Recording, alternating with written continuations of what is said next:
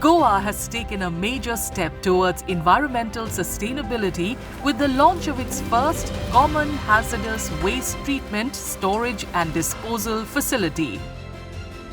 Built at a cost of 125 crore rupees by Ponda Envocare Limited under the supervision of the state government, this facility is equipped with cutting-edge technology to ensure safe and scientific disposal of hazardous waste. Importantly, it's also generating local employment with nearly 80% of its workforce from Goa.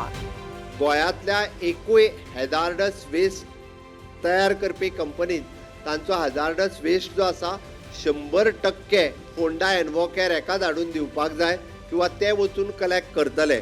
ताज्या खातीर कोणीच ह्यान फुडें ना आमी भायल्या company कडेन agreement केला आमी आमचो ट्रीट करता ना शक्य जावचें. खातीर 100% पोल्युशन कंट्रोल बोर्ड ह्यान फुडें पर्सनली मॉनिटर करतले. 90% of our workers that are working in this facility are all localites. That is the biggest advantage to the employment facility to the state. The new unit aims to handle Goa's growing hazardous waste scientifically and sustainably. It includes a landfill, incineration unit and pre-processing unit, allowing some waste to be reused in the cement industry.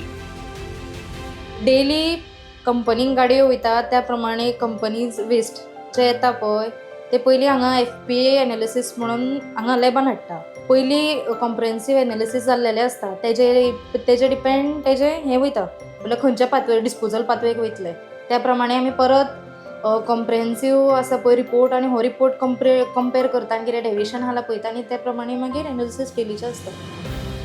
The facility can process up to 25,000 tons each of landfillable and pre-processing waste annually, along with 14,000 tons of incinerable waste.